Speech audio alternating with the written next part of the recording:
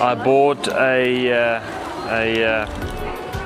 battery for my telephone, and I fixed my Apple MacBook Apple and my daughter's watch. This is one of the best electronic places I've been to in the world. Yeah, even compared to the United States, I must say. Yeah, you can find anything here. If you can't find anything here, it doesn't exist.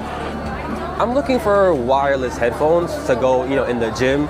I lost mine at the airport like 2 weeks ago, so I'm looking for just some new ones just to have, casually use.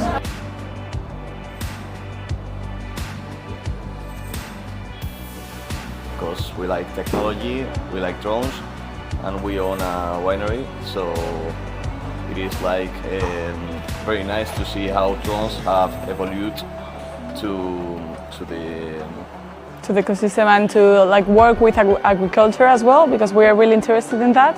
So we would like to insert this type of drones in Spain to do agricultural stuff. Because we want to know the future. In Brazil, it's quite different between here. So my fathers want to know the future from 50 years in front and applying in Brazil. We work with a supermarket, so we want to know all of the technology. We want to buy a humanoid robot